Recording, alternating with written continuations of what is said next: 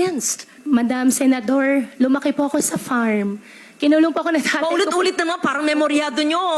Kasi kino-coach ka ng lawyers mo siguro. Nothing to be defensive about. You don't have to say the same thing. Basta sa farm po. Tell us about your child. Ako sa farm. Basta tell us about your child. Sa farm. Ano ba? Huwag tayong robot. Saan po? Saan pong lugar sa Pilipinas, sa Central Luzon, sa Tarlac o sa Banban? Tarlac po. Saan po sa Tarlac? Matatalaib Tarlac po. Ano po? Matatalaib Tarlac Is that po. the barangay? Yes po, nakita ko po dito sa birth certificate ko po. No, you would have recollection of your childhood, right? Can you just give us a recollection of your childhood? Sino po yung best friend nyo? Saan po kayo nag-aral? Kung meron kayong makamag-anak? Recollections of, you're only 38 years old. You will remember your childhood. I mean, I'm double your age, but I would remember my childhood in Malabon. Your childhood. I know homeschool. I can't believe anyone is totally homeschooled all her life. Yes. Please tell us about your childhood. Your Honor, lumaki po ako sa farm. Which farm? Which farm? In what barangay? In what LGU? Barangay Virgen de los Remedios, Bamban Tarlac din po. Different po from the one po sa QJJ, yung katabi lang po niya.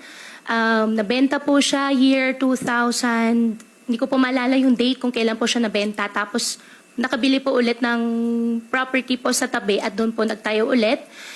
Lumaki po ako sa farm, Your Honor. Tinago po ako ng tatay ko po. Lumaki po ako na, ako lang po. Pinupuntahan po ako ng tatay ko po araw-araw. Lumaki kayo mag-isa?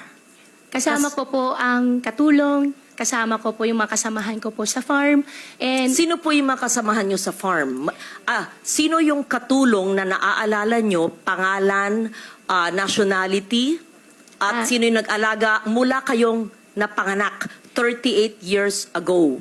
At binibisita kayong ama nyo mula saan? Sa bansang Sina. At tell us about your childhood. Your Honor, sa farm po ako lumaki, sa Bamban po ako lumaki. Lumaki po ako mag-isa, pinupuntahan po ako ng tatay ko. How I wish po... No, okay. You cannot grow up alone from a time you were born. Opo. So the formative years from a time your mother birthed you up to perhaps 10 years old, sino po yung inyong naging caregiver o yaya? Hindi naman pwedeng mag-isa lang po kayo sa farm. Binibisita kayo ng ama nyo mula saan? So sino po yung sabi nyong kasambahay nyo na nagpalaki sa inyo? Sino po yung sabi nyong mga kaibigan nyo, kasama nyo sa farm? Sino po? Para may... In short, I'll be very honest. Please convince us that you were born in the Philippines, that you are Filipino, and that you are not what people suspect you to be. Dediretsuin ko na po. Kumbinsihin mo kami kasi hindi po pwedeng hindi nyo maalala yung inyong first few years of living na formative years. Para makumbinsi kami because we want to be convinced that all elected officials are Filipinos and not spies of other countries. So, as a nationally elected official, and I won in Tarlac, number 1, I think, or 2, and I won in Banban, perhaps you even carried me your sample ballot, we have to know. Di ba ho? So if you're really Chinese and fronting for other people, go back to your country. But if you are Filipino and you were born here, convince us because we want to be convinced. So I'm trying to help you by trying to make you recall about your childhood. Hindi pwedeng, kasi parang scripted. Kasi I was born on this. This is what I can remember. And then when I ask you the same question, it's the same rote. R-O-T-E. So convince us. Your Honor, lumaki po ako sa Bamban Tarlac. Lumaki po ako sa farm. Paulit-ulit. Opo.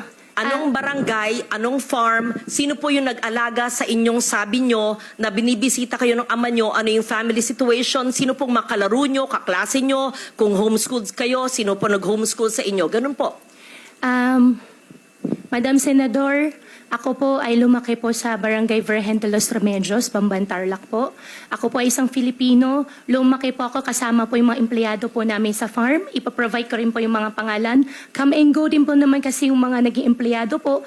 38 years ago po, Madam Senador, wala po ako talagang maalala ng sobra. Pero meron pa po ako isang kasama ngayon po na matagal na po sa amin, si Mang Boy po, na hanggang ngayon, kasama ko pa rin po siya. Sa susunod po, baka pwede ko po siya i-present din po dito para makilala niyo po. And in fact, 14 years old pa lang po ako, nagtatrabaho na po ako. Kilala po ako ng barangay chairman na mention po kanina na ipapaimbita. At bumibili na po ako ng mais. Pwede po ako mag-present po ng mga pangalan po nila na magpapaalam lang po ako sa kanila kung pwede ko po sila i-disclose po yung names po nila. At Excuse me, San Loren, kung pwedeng idagdag, kung kaugnay nyo lahat ng mga taong ito mula nung pagkabata nyo, pwede nyo bang ikwento ng mahaba-haba ng konti in Kapampangan? Kasi syempre, kausap nyo sila sa sarili nilang lengguwahe. Madam Chairman, ang Bamban po ay Tagalog po. Meron din pong Kapampangan, pero yung mga kasama ko po sa loob ng farm po, mostly po mga Visaya po. Kasi ang piggery po, biosecurity po, hindi po sila lumalabas. Well, actually, San Loren, just for the Hindi record, malabas? may mga nag-o-observe na mga kababayan natin, pati mga netizens na mga Opo. Kapampangan. Yan po ang tanong nila sa inyo. Kasi Kapampangan po ang lingwahe nila. Yes, doon. yes. Can Anyway, you San Loren, speak? please proceed. Thank you for that interjection. It's very helpful. Magsalita po kayo sa Kapampangan kung kayo lumaki sa... Madam You do. Senador, konti lang po yung alam ko po sa Kapampangan. Ang alam ko po, sobrang konti lang po. Di Okay. takda mo po. What Chinese language do you speak? Hokkien or Mandarin? I can speak Hokkien po. Okay, speak in Hokkien now. Bo? More. Tell us more about your life in China. Wala po akong life po sa China. Dito po ako lumaki sa Pilipinas po. Tell us about your life in the Philippines and tell us about your family in China in Hokkien. Family ko po in No, China. in Hokkien. Please tell us about your father who's from China and he used to visit you when you were a child, and the family of your father in China, and where are you from China in Hokkien. We have interpreters and perhaps I can understand a little. Yes po. Guay lao pe tui tai liok lai. Continue. Gua si